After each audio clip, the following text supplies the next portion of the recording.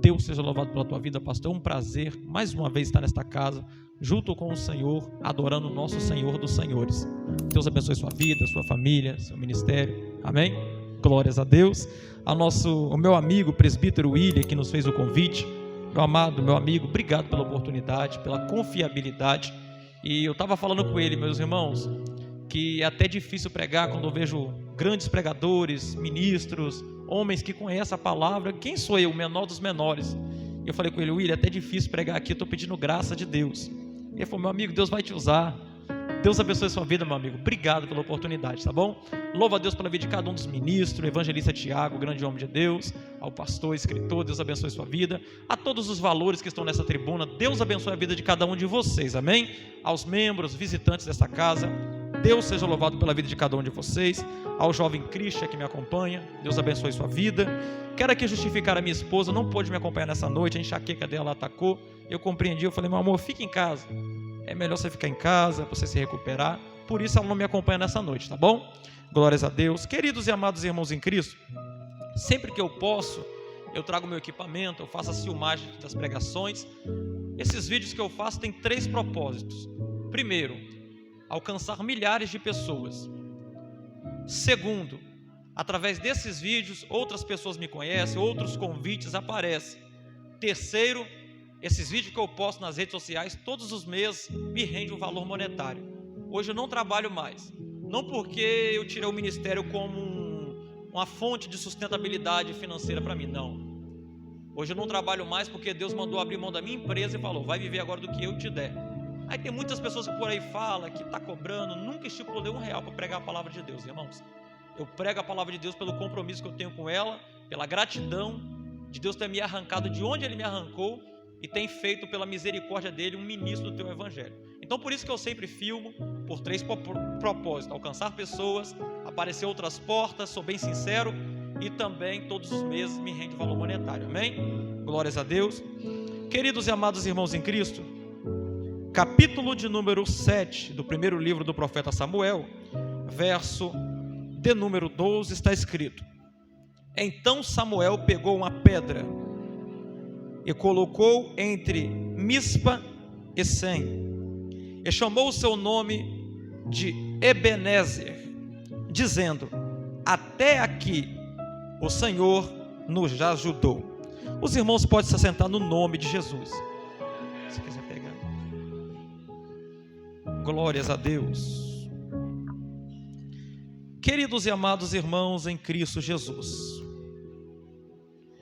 quando vamos ver a história do profeta Samuel, no livro que leva o teu nome, vamos ver que Samuel era o descendente de um homem pelo nome de Eucana,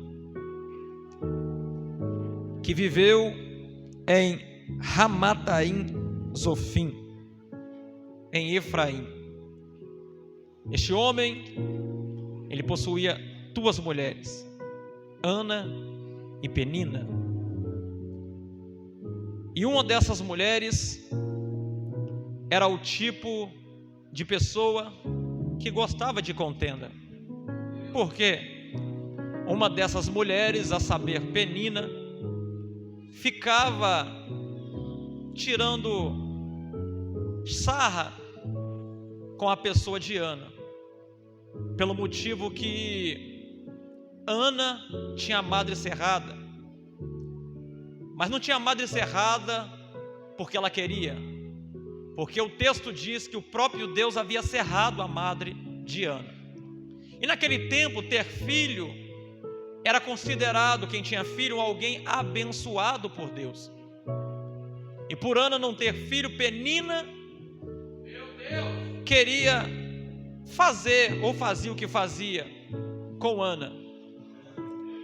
Só que certa feita, Ana, por passar por o que passou, enfrentar o que enfrentou, Ana decide dar um basta naquele sofrimento.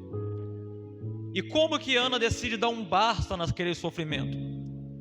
Fazendo o que eu e o que você deveríamos fazer nos momentos das adversidades. E o que ela fez? clamou ao Senhor. Ana é o tipo de pessoa que não se contenta em ficar para baixo para o resto da vida. Ana é o tipo de pessoa que colocou em sua mente uma convicção e uma certeza. Eu posso até estar na ótica humana rejeitada, caída, desprezada, mas eu não vou permanecer assim, a não ser que eu queira. Por quê? Eu tenho um Deus que, se eu clamar a Ele do meu coração, Ele vai me responder. E esse Deus já nos deixa enfatizado em Jeremias 33:3: clamas a mim e responder-te-ei. O que é clamar, irmão?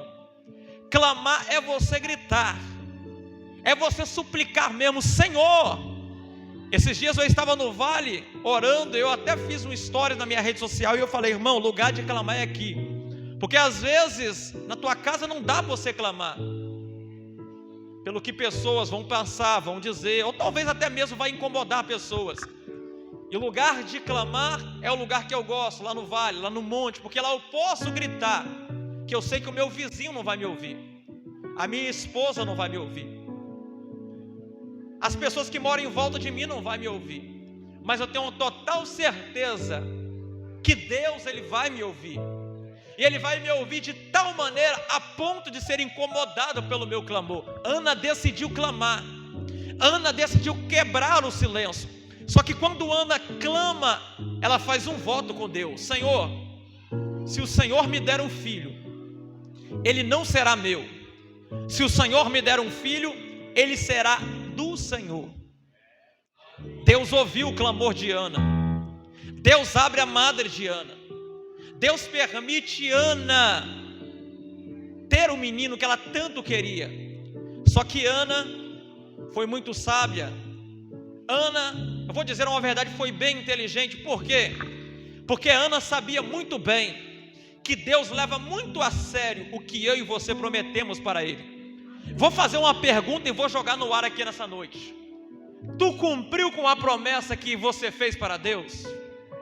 Da mesma maneira que Ele leva muito a sério o que Ele promete para mim e para você, Ele leva muito a sério o que eu e você, mortais, prometemos para Ele. É por isso, queridos e amados irmãos em Cristo Jesus, que nesta noite eu abro o teu entendimento. Se tu fez uma promessa para o Senhor, trate de cumprir o que você prometeu para Ele. Por que eu digo isso? Porque se Ele é fiel com aquilo que Ele promete para você, por que eu e você deveremos ser infiel com o que nós prometemos a Ele? Se você cumprir com aquilo que tu prometeu para o Senhor, pode ter certeza, meu querido e amado irmão em Cristo, que está me ouvindo aqui nessa noite, Deus vai abrir as comportas do céu e vai abençoar você 10 vezes mais. E eu profetizo isso na tua vida em nome de Jesus Cristo de Nazaré. Mas não deixe de cumprir aquilo que você prometeu para o Senhor dos exércitos que você iria fazer para Ele. Será que tem crente que me entende nessa noite? Será que tem crente que está cumprindo a promessa que fez para o Senhor? Será que tem crente também que esqueceu o que você prometeu para o Senhor?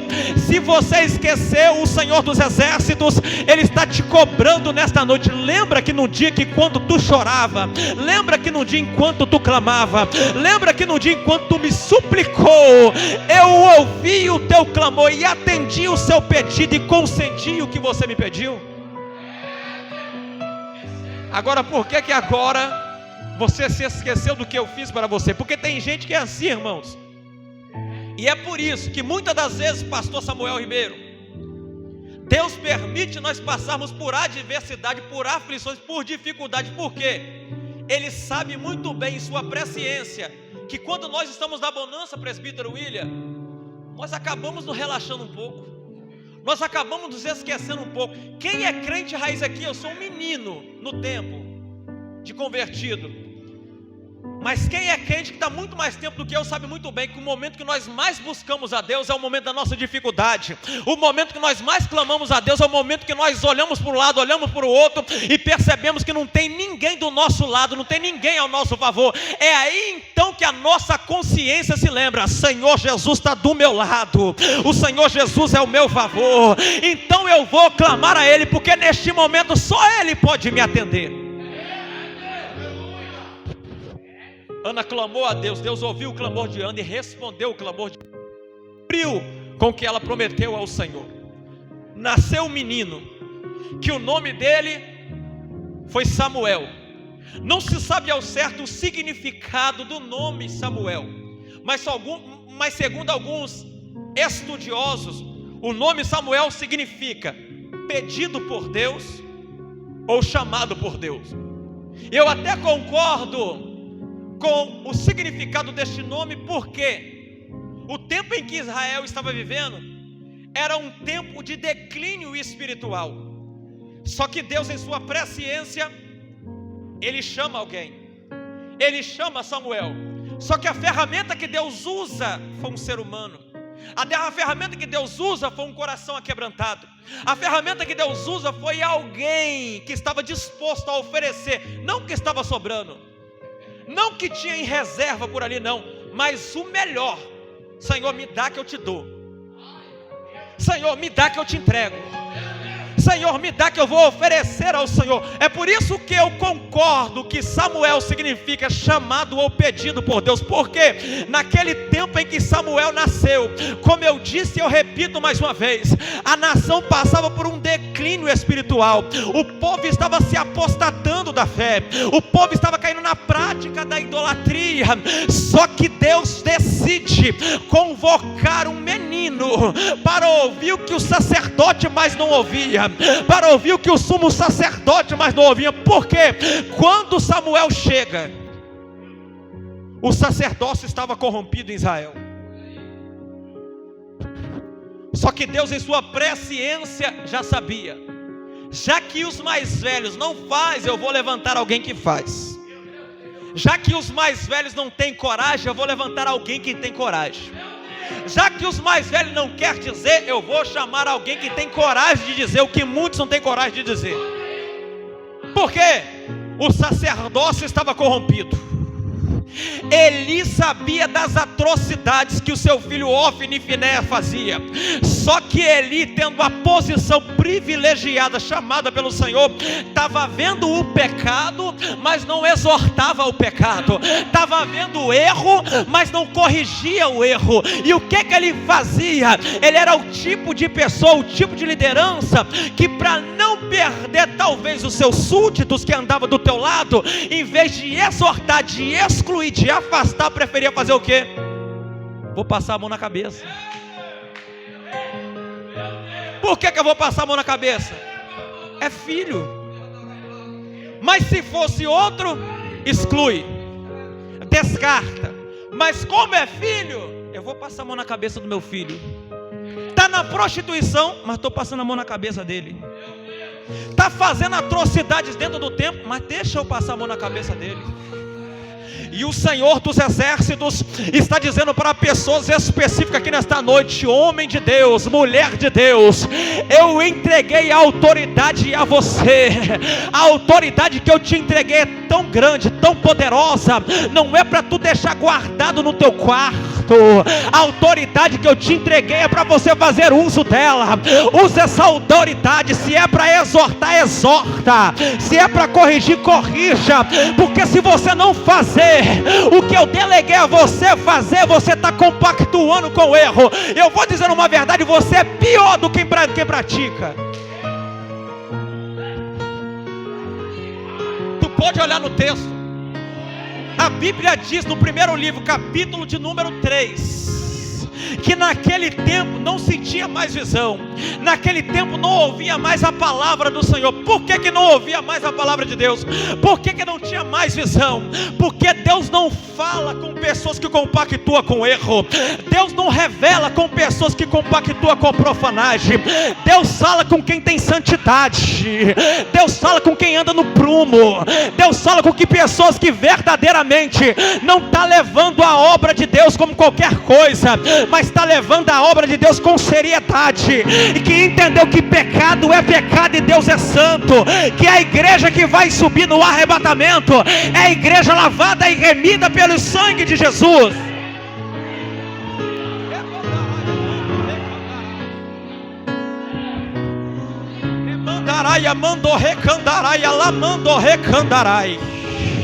Remandarai, amando, recandarai. O Senhor dos Exércitos está palestrando através da pessoa do teu Santo Espírito no coração de pessoas aqui nessa noite, porque eu não estudei isso daqui que eu estou passando por aqui. Eu passei pelo capítulo 7, versículo 12, mas se Deus está mandando na minha informação, está dando informação para mim, eu vou liberar para você, porque é de graça você receber essa informação nessa noite. Não custa nada você receber de bom grado. Receba que o Senhor dos Exércitos, através da vida do teu servo, está falando com você nesta noite, rapaz.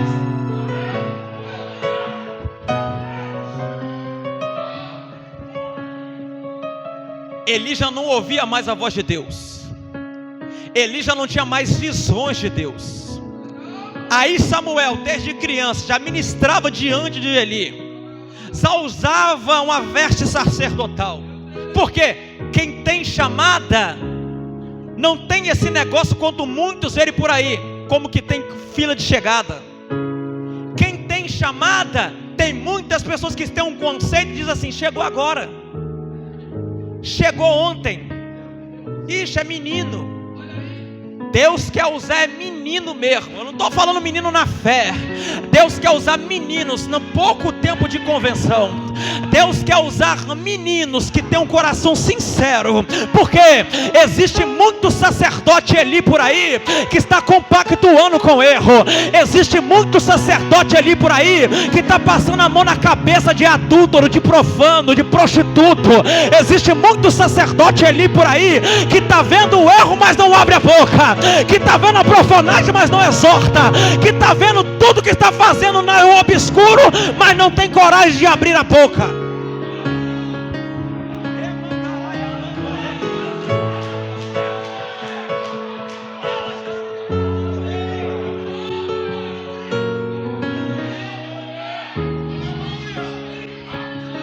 O menino ainda nem conhecia a voz de Deus. Tanto que o texto diz que ele chama por 3 vezes: Samuel, Samuel. E ele pensa que era quem que estava chamando? Ele pensa que era Eli que chamava ele. E ele vai lá: Eli está me chamando. Não estou chamando não, Samuel. Deita lá, vai dormir. Aí vem de novo a voz: Samuel, Samuel. Ele vai de novo: Eli está me chamando. Não estou te chamando não, vai dormir, Samuel. Aí vem de novo a voz do Senhor por 3 vezes: Samuel, Samuel. E ele vai até Eli. Eli percebe uma coisa: Samuel, eu sei quem é que está me chamando, que está te chamando. Por que Eli? Porque um dia ele já me chamou. Ah, é Eli? Sim, ele me chamava antes. É mesmo? E como que era? Eu ouvi a voz dele. E por que que tu não ouve mais hoje em dia, Eli? Porque eu decidi compactuar com o erro. Porque eu decidi passar a mão na cabeça da profanagem. Porque eu decidi deixar passar batida a corrupção. Mas como eu conheço a voz dele, ele não quer mais falar comigo. Vai lá, meu filho, vai lá que ele quer falar com você. Ouve a voz do Senhor. E o Senhor está dizendo para pessoas aqui nesta noite: tu pode até ser menino, meu filho, tu pode até ser menina, minha filha, no tempo que tu se converteu, no tempo de crente que tu tem, mas tu é maduro na minha presença, porque o teu coração é sincero, tu tem comunhão comigo, você é opositor do erro, você não compactua com a profanagem. Então por isso, ouve a minha voz aí. E assim diz o Senhor para pessoas específicas aqui nessa noite: quando eu falar com você, quando eu entregar a mensagem para você, não tenha medo de falar o que eu falei para você. Abre a boca, meu filho, abre a boca, minha filha. Porque, Senhor, quando tu abrir a boca, vai sair palavras que você não tem que se preocupar. Mas eu, Senhor dos Exércitos, pessoalmente, vou fazer questão de me responsabilizar pela minha palavra que vai sair da tua boca.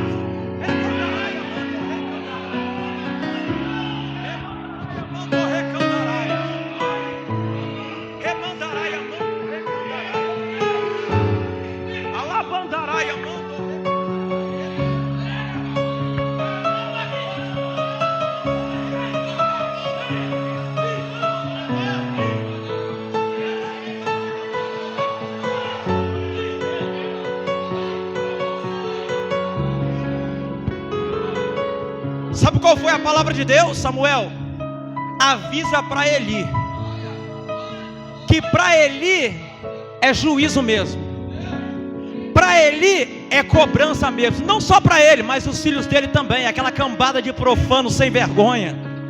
Para ele já tem um juízo determinado. Vou dizer uma verdade para você aqui que eu tenho no meu conceito.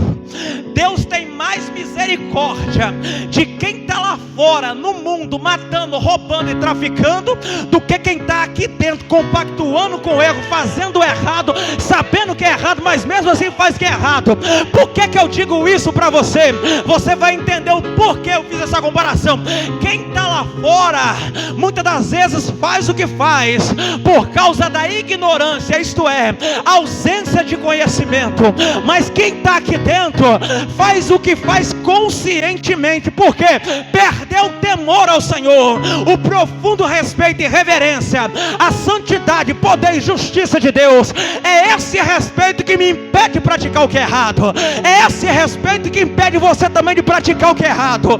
Maior tolice que existe é nós perdermos o temor ao Senhor.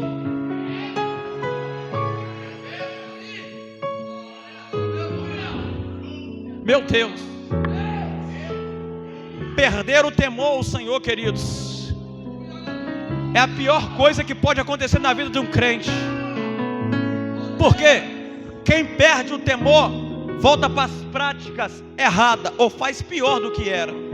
Porque quem está lá fora ainda sente o tremor, medo das consequências que pode suceder devido à prática ilícita e pecaminosa que ele pratica. Mas quem está aqui dentro perdeu o medo, perdeu o temor, não está nem aí com as consequências. O que Deus tem para alguém assim? Juízo.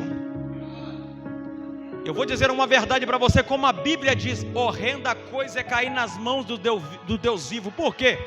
Se tu cair na mão do homem, existe uma mão onipotente que me arranca da mão do homem. Se tu cair na mão dos demônios, de Satanás, existe uma mão onipotente que nos arranca das mãos de Satanás. Agora eu vou fazer uma pergunta: se tu cair na mão de Deus, quem é que vai te arrancar das mãos onipotentes dele? Não existe ninguém, nem no céu, nem na terra, que consegue te arrancar das mãos do Senhor. Mas existe algo que tem poder de te arrancar das mãos do Senhor.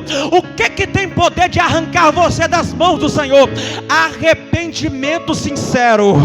O verdadeiro arrependimento tem poder de fazer com que Deus anule a sentença que Ele determinou sobre a vida de alguém.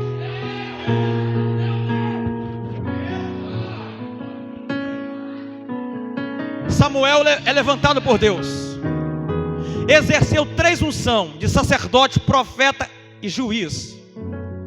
Era um homem notável na Bíblia. Após Eli morrer, Samuel começa a colocar a ordem em Israel.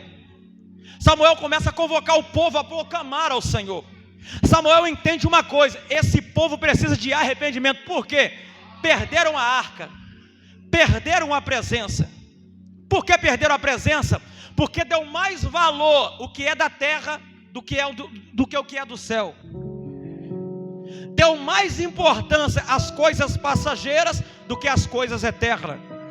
Quantas pessoas na atualidade têm dado mais importância às coisas momentâneas, às coisas passageiras, sendo que a Bíblia nos ensina a não darmos tanta importância para as coisas passageiras, mas a nossa maior preocupação é se preocupar com as coisas do céu. Por quê? As coisas do céu estão linkadas à minha salvação. Por quê? Eu só vou obter tudo que o céu tem, na qual o Senhor me prometeu, se eu for salvo. Mas para mim ser salvo, não adianta eu pregar bonito aqui.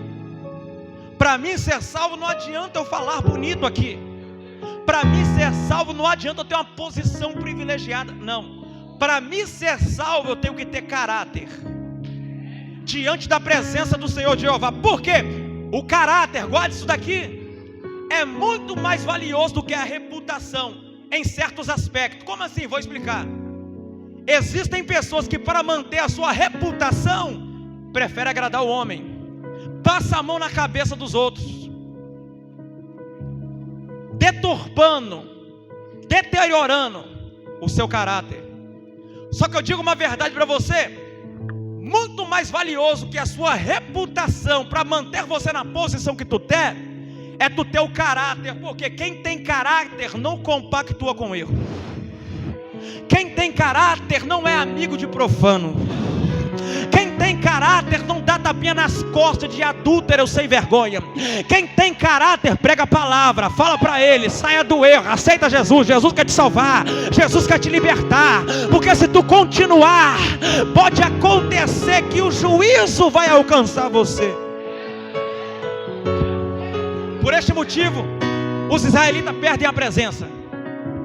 A arca é levada para a terra dos filisteus.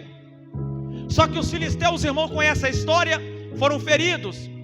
Por causa da arca está em sua terra. Manda de volta a arca, que foi adereçada até Kiriat Jearim, e ficou lá por 20 anos.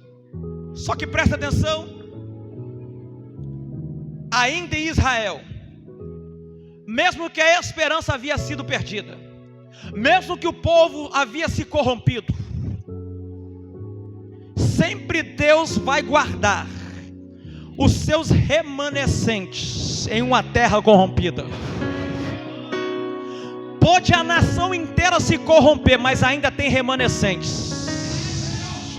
Pode o presidente, pode o reverendo, pode o apóstolo, pode qualquer um se corromper, mas o Senhor dos exércitos nunca vai deixar no meio da corrupção faltar um remanescente. Sempre vai ter um remanescente que vai se opor com unção, com poder, com autoridade contra o erro, e vai dizer para o povo: se arrependa, se conserta, se converta, se posicione na posição que Deus quer que tu esteja, que tu vai ver que a misericórdia dele vai alcançar você. Eu vou dizer uma verdade aqui nesta noite: o arrependimento sincero tem poder de mover o braço da onipotência do Senhor. O arrependimento sincero tem poder de anular a sentença do Senhor. O arrependimento sincero tem poder de trazer sobre a tua vida a vitória do Senhor.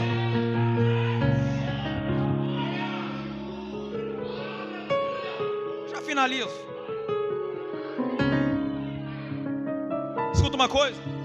Samuel convoca o povo: vamos proclamar um jejum, vamos confiar no Senhor, vamos clamar ao Senhor. O Senhor vai nos dar vitória.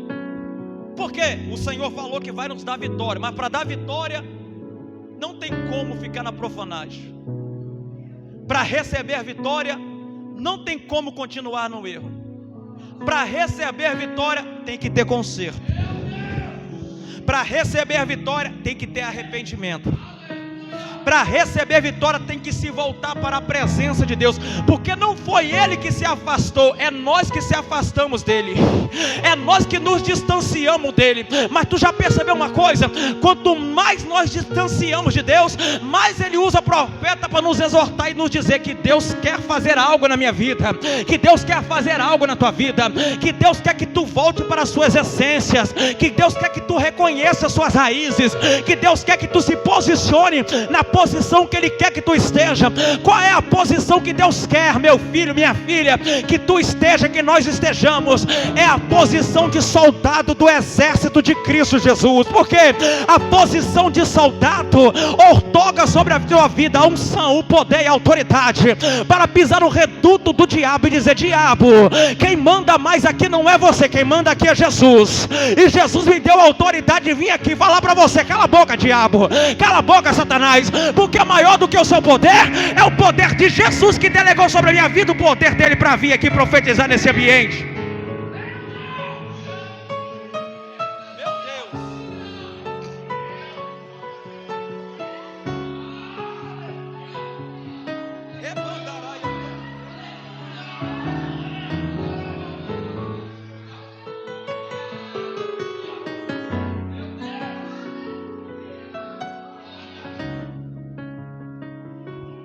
Samuel convence o povo: vamos à guerra, vamos a Mispa, vamos guerrear contra os filisteus. Só que presta atenção, mesmo o povo sabendo que Deus havia de dar a vitória, mesmo o povo sabendo que Deus já havia falado com o profeta que ia liberar a vitória, o povo ainda desacreditou. Por quê? O povo teve medo dos filisteus. Vou dizer uma verdade aqui: não tenha medo das lutas, batalhas, adversidades, circunstâncias que aparecem diante de você, mas pelo contrário, faça o seu medo entender que é Ele que tem que ter medo do teu Deus. O seu medo tem que entender: maior do que o meu medo é o meu Deus Todo-Poderoso, que já determinou lá do céu que a vitória é certa pelo poder que há no nome de Jesus. Se Deus determinou, se Deus já falou, não tem por que eu e você temer, não tem por que nós nos preocupar, porque é só andar no propósito, alinhado, aliançado com a presença dEle, que pode ter certeza: se Ele falou, Ele não é homem para que minta, se Ele prometeu, Ele não é filho do homem para que se arrependa para a promessa que Ele te fez. Ele falou que vai fazer, ponto final. Qual é o conselho que eu te dou? O simples novo convertido te dá um conselho assim: está diante da guerra, está diante da luta, está diante da batalha, faça assim, meu filho, faça assim, minha filha, avante, avante, avante, avante, avante, avante, porque enquanto tu está indo na frente, existe o general de guerra que está indo primeiro que você. E como que ele vai? Desta maneira, semelhantemente ao louvor, abrindo os caminhos, quebrando as correntes, tirando os espinhos, porque onde ele passa não existe caminho que impeça de ele passar, onde ele passa não existe espinho que impede ele passar. Ele está passando, ele está limpando, ele está passando, ele está arrancando. Se ele passar, pode ter certeza que a vitória dele é certa sobre a tua vida.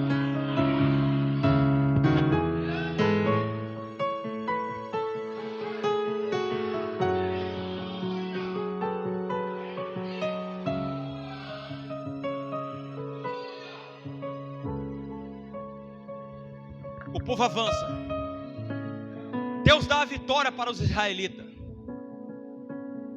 Deus concede aquilo que os israelitas tanto queriam, a vitória da parte do Senhor sobre os filisteus, que já era um problema que durava anos. Só que uma coisa me chamou a atenção aqui, é que no mesmo lugar onde os israelitas foram derrotados, foi o mesmo lugar que Deus deu a vitória para os israelitas. Vou dizer uma verdade aqui: onde um dia o diabo te humilhou, o diabo te ridicularizou, Deus está dizendo para você: eu vou usar isso como um cenário para te exaltar, para te dar vitória, para que tu reconheça o cenário de humilhação se tornou cenário de honraria para a glória de Deus Pai. O cenário de ridicularização se tornou cenário de exaltação e vitória do Senhor dos Exércitos sobre a tua vida. Eu estou pregando para pessoas aqui que tem passado, na qual tem trazido sobre a tua vida trauma, tem trazido sobre a tua vida constrangimento, mas o Senhor dos Exércitos me usa como um profeta para dizer para você: fica tranquilo, meu filho, fica tranquilo, minha filha.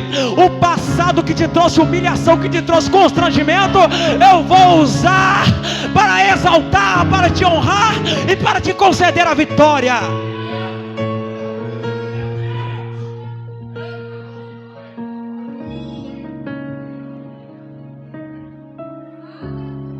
Aí Samuel recebe a vitória junto com os israelitas. Eu finalizo. Aí a Bíblia diz que ele vai pegar uma pedra e vai dizer Ebenezer. A palavra Ebenezer é uma junção de duas palavras hebraicas, Even e Ezra. Even, pedra, Ezra, ajuda. Então Samuel estava dizendo: essa aqui é a pedra de ajuda.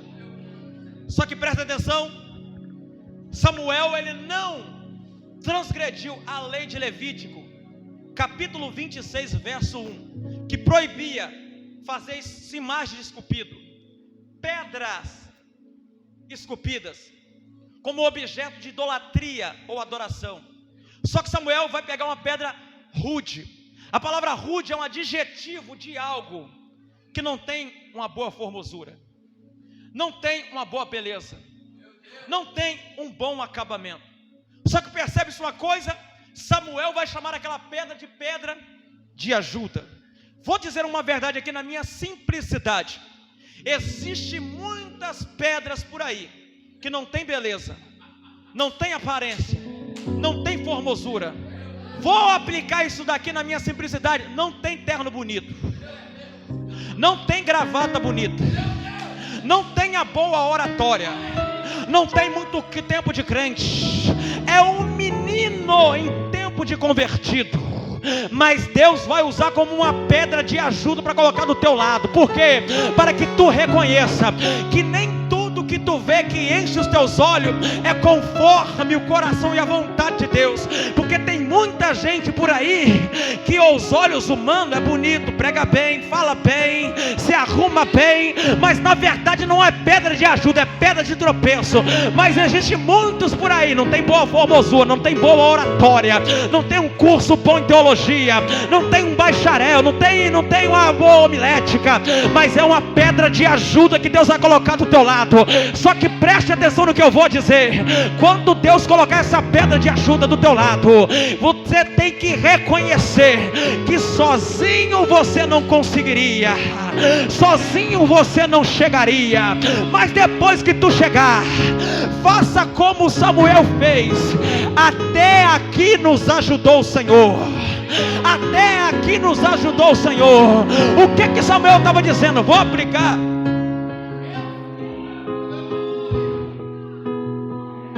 Na minha simplicidade, irmão, vou aplicar isso daqui. O que Samuel estava dizendo? Vou aplicar. Até aqui nos ajudou o Senhor é atribuir sobre Deus a vitória que Ele nos concedeu. É atribuir sobre Deus o que Ele fez na minha e na tua vida. É atribuir sobre Deus aonde Ele nos colocou.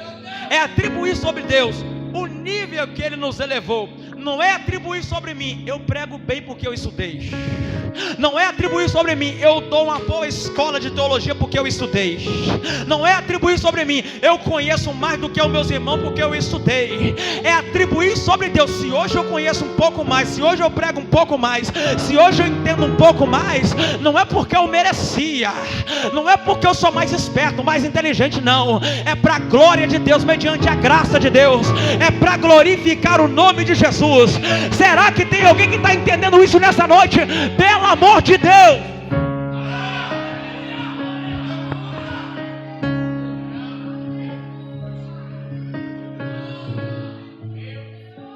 Escuta aqui uma coisa. Eu vou te dar um conselho aqui. Nunca na tua vida, nunca, de maneira nenhuma, independente dos níveis que Deus te elevar, independente da posição que Ele te colocar, independente de onde Ele te elevar, nunca atribui sobre a tua vida que tu chegou lá porque tu é bom, que tu chegou lá porque tu é mais inteligente, que nós chegamos lá porque nós estudamos mais. Não.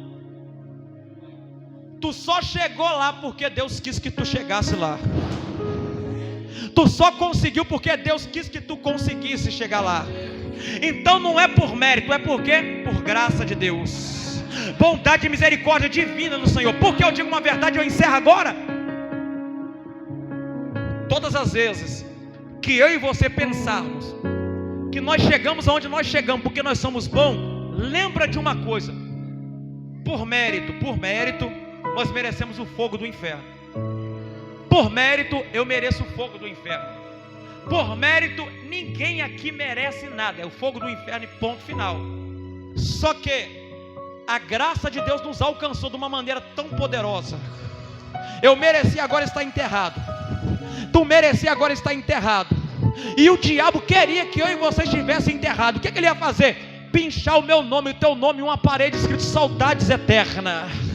Mas eu calo a boca do diabo e digo para ele: diabo, até aqui nos ajudou o Senhor. Até aqui nos ajudou o Senhor. Satanás, tu queria pinchar o meu nome. Satanás, tu queria enterrar o meu irmão. Mas para tua vergonha estamos aqui hoje. Porque até aqui nos ajudou o Senhor dos exércitos. Eu convido os irmãos a se pôr de pé no nome de Jesus.